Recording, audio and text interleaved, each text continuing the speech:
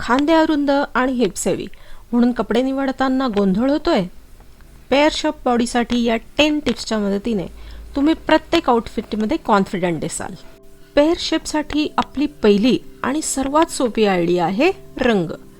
म्हणजे तुम्हाला निवडायचं आहे की टॉपसाठी मग तो कुर्ता असेल वा ब्लाऊज असेल व टी शर्ट असेल, फ्रेश रंगाचे असावेत आणि बॉटम वेअर त्यापेक्षा डार्क रंगाचे निवडायचे.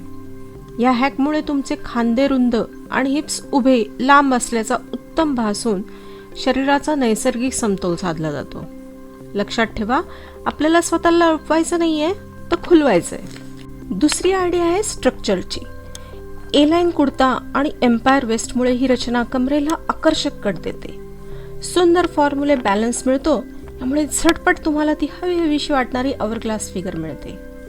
अवरग्लास फिगर जी प्रत्येक शरीरासाठी संतुलित आणि आकर्षक मानली जाते. आपली तिसरी आयडिया आहे नेक डिझाईनवर लक्ष केंद्रित करणे. ब्लाऊज आणि कुर्त्याच्या गळ्यावर हेवी आकर्षक डिझाईन निवडल्यास ते खांद्याला रुंद आणि अप्पर बॉडीला उठारदार दिसण्याला मदत करतं. यामुळे फिगरला संतुलित परफेक्ट लुक मिळतो.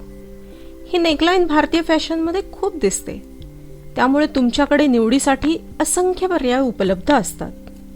आकर्षक नक्षी असलेले हे टॉप्स एक्सेसराइज केले तर छोट्या मोठ्या समारंभासाठी स्टायलिश लुक आरामात तयार करू शकता. या फॅशन टिप्स आवडल्या असतील तर व्हिडिओला जरूर लाईक करा आणि आपल्या अजून 7 कल्पना बाकी आहेत, तेव्हा व्हिडिओ शेवटपर्यंत पहा. आपली चौथी आयडिया आहे काय टाळायचं. खूप घट्ट लेगिन्स, कमरेखाली घट्ट बसणारे कुर्ते आपल्याला टाळायचे. यामुळे शरीराचा हा भाग जाड दिसू शकतो.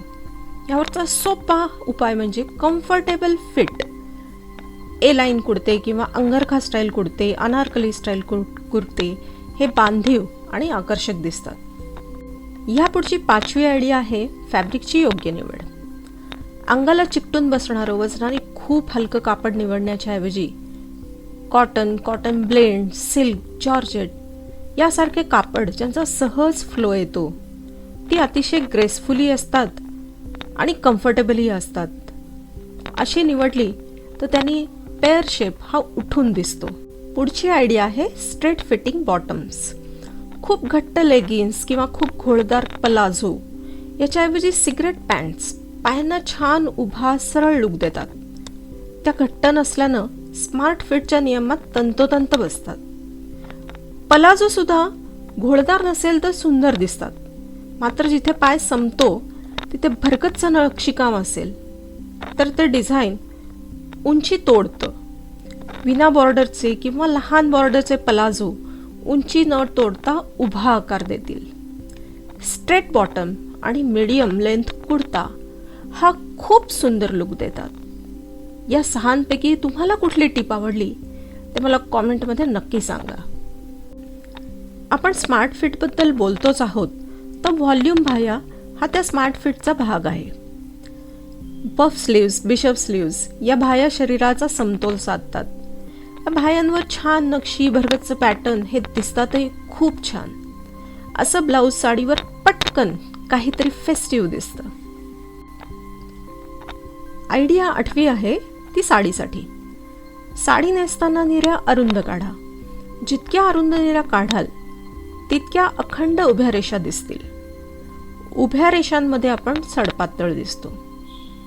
दुसरी युक्ती आहे निरी अगदी मध्ये न खोचता बेंबीपासून किंचित डावीकडे खोचा. त्यांनी पोट झाकलं जातं, त्याऐवजी एक सुंदर कर्व दिसतो. आयडिया 9वी आहे साडी शक्यतो बॉर्डर असलेली निवडा. ती फक्त डिझाईनसाठी नाही तर साडीला तोल देते. पदराचा फ्लो, निऱ्यांचा सेट छान राहतो. साडीचा लुक ढिसाळ न दिसता एकूणच आकर्षक दिसतो. काही प्रसंगांसाठी, विशेषतः समारंभांसाठी शेपवेअर वापरून बघा.